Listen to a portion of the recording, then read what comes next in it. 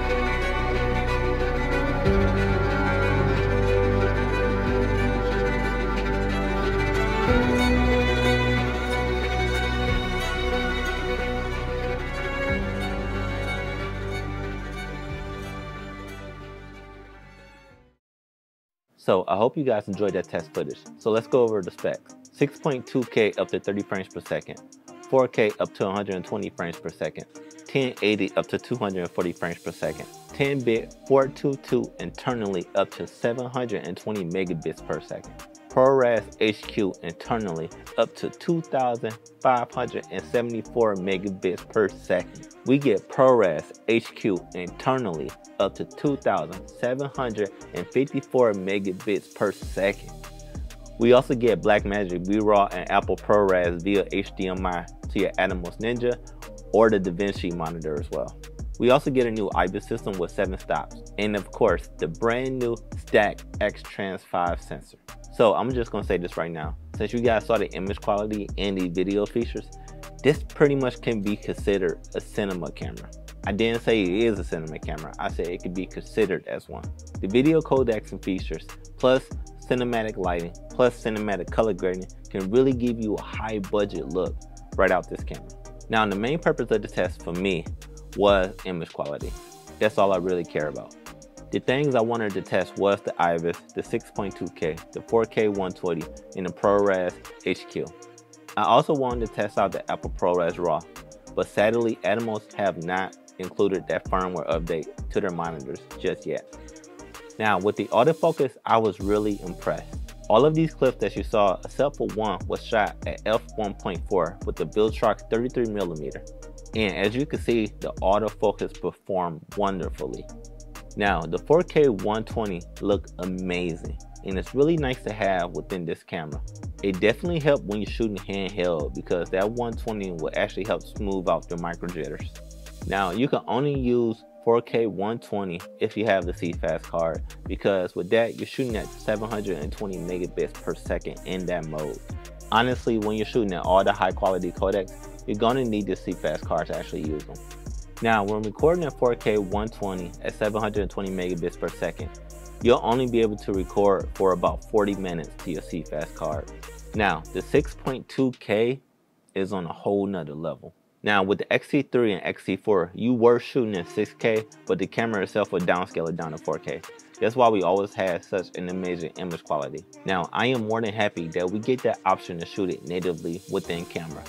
Now as you can see, my friend Leonard was shooting with his Blackmagic 6K Pro. And when I seen that the image quality between the two cameras looked near identical, it made me very excited.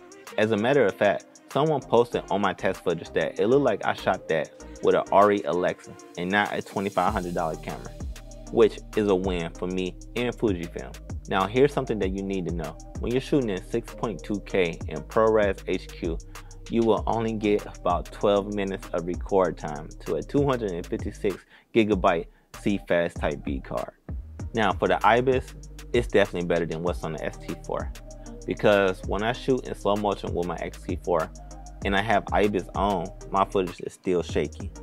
I mean, it definitely looks better than having no Ibis, but to be honest, I wish Fujifilm would send a firmware update to actually help improve the Ibis on the X-T4. But with the X-H2S, it's so much better. It looks so much better. The footage actually looks stabilized if you're actually holding it tight to your body and trying to stay in place. Now with me, I don't have the most steady of hands, so that's why some of the footage you saw was still shaky. Now I do think I'm still running a pre-production firmware, so when the official firmware get released to me and everybody else who got this camera earlier, I do think a lot of these issues that I'm having, or at least that one issue I'm having, will be figured out, or at least will be fixed. Now to be honest, if I had to point out any cons, there is barely none at all. If I have a con or two, it's really because I'm nitpicking. Now, a con for some of these YouTubers out here will be that this camera do not have a full frame sensor. But to be honest, that don't matter. If anything, when CNN used my wedding footage in an interview that they had with one of my brides, it proved that you do not need a full frame camera to make cinematic video or have a viral moment or be a part of a viral moment. Now recently, Ari released a brand new cinema camera.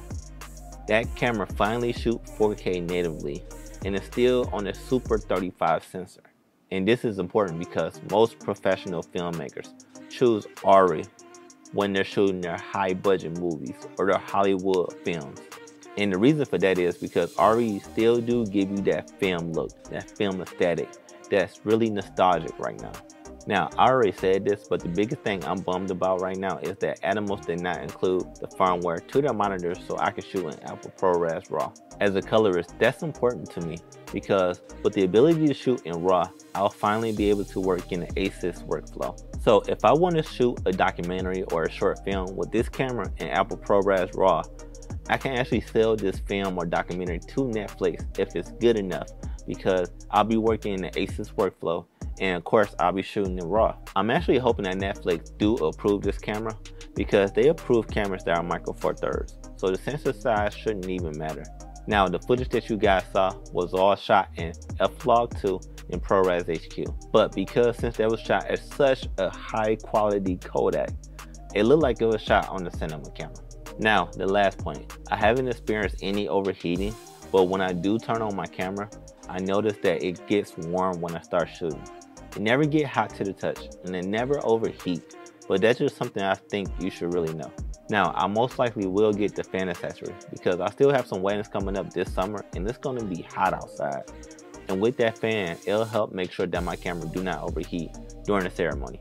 Thank you guys for checking out this video. Needless to say, I am super excited about this camera. This camera itself checked almost all the boxes I had on my Fujifilm X-T5 wishlist video. With the features on this camera, it really does open so many doors to bigger productions. Now, what do you guys think about this camera? What do you want to see me shoot with this camera? Now, after I do some more shooting with this camera, I will create a LUT pack for F-Log2, F-Log, and ProRes Raw when that ability finally comes. So thank you to everybody who watched this video. Thank you to everyone who stayed to the end. Before you go, what I want you to do is smash that like button, subscribe to the channel, and hit the notification bell so you can be notified when I upload new content. Peace.